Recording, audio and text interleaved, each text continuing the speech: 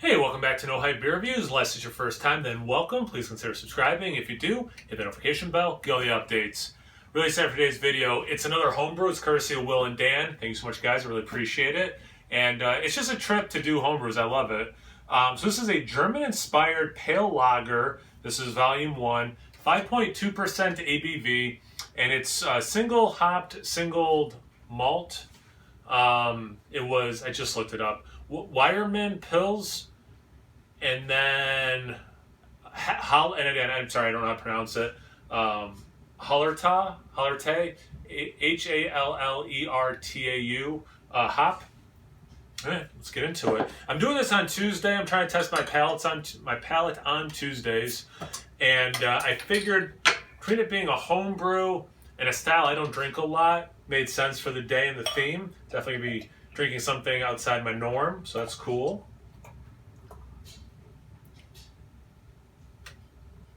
Yeah, put it all in there.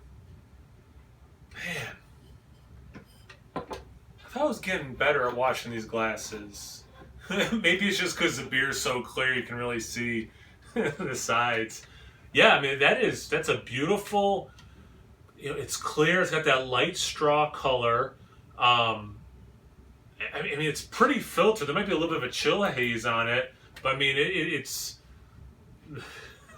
Yeah, I mean, I'm trying to think if I can say like slightly unfiltered. I mean, it definitely looks the part. You have about a finger white head,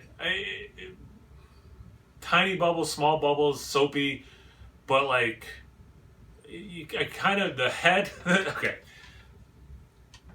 Why am I so amused? It won't be that amusing, but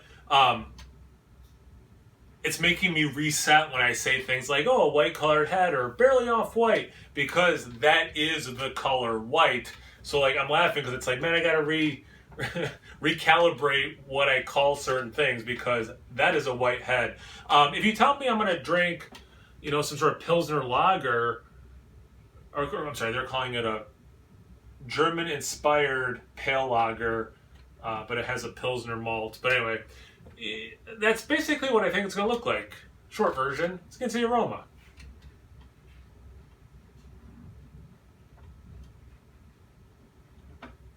Alright, so besides it looking like a straw color, you do get a little bit of that like fresh cut straw, grass, a little bit. You definitely get I almost said the alcohol, not alcohol. You get the fermentation, like you get that smell. You're at a brewery and they're fermenting beer, like it has that mixed a little bit with some dough, and it's that kombucha without the sour tartness, the intensity. It's that aroma.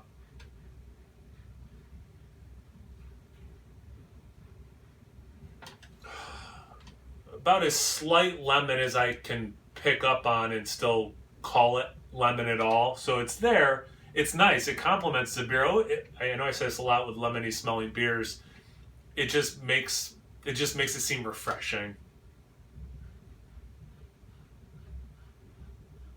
That grassy thing's coming through more, but still mixing with the straw, the doughiness. It smells. It's soft, but it's not muted, if that makes sense. It smells nice. Let's get into the taste. Cheers. Thanks again, Will and Dan.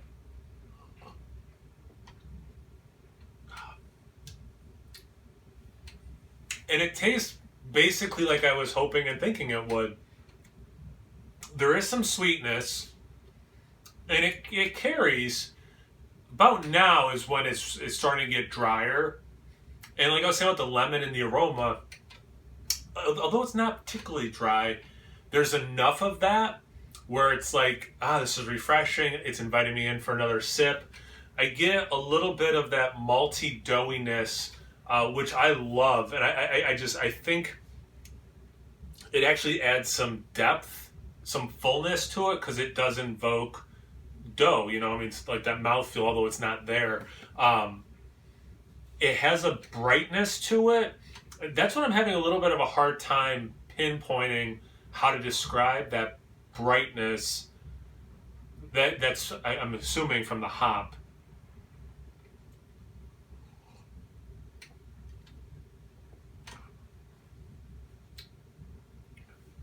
All right, I got a couple things.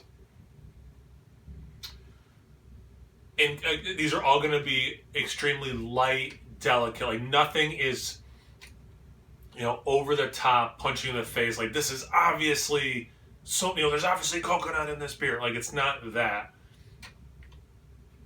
There's a little bit of a cornness to it, but really what I was getting at was some apple and pear and faint strawberry, not sweet at all. Very, very much like green on top with then the layer of white, then some red, and it's not a particularly ripe strawberry, and you smell it, and then you taste it. Although I didn't get in the aroma, and you taste it, it's that part by the white. It's just essence of strawberry.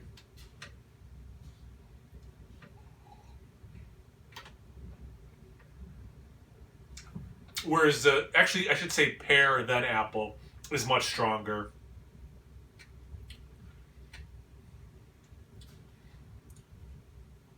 I like this quite a bit. And again, I like that doughy thing. I've heard, not from a ton of people, but 2 or 3 people maybe have commented that they don't like doughiness in a beer. Like I get it sometimes with Gozas and sometimes with sour beers. And some people are like, that's an off flavor for that style, or I don't like it in that style. Again, it's only been a few people, but it just has put it in my mind that people might not want that, or it shouldn't be in the beer. If that's the case, there's some criticism. I happen to like that a lot. I think it adds a layer and it works with what this beer is. But yeah, do you homebrew? Have you had homebrews? I'm trying to get stuff to put in the comment section. Do you like, German lagers, pilsners? Like, typically when I have single malt, single hop, it's an IPA. Have you had a beer like this style that is trying to showcase one hop and one malt?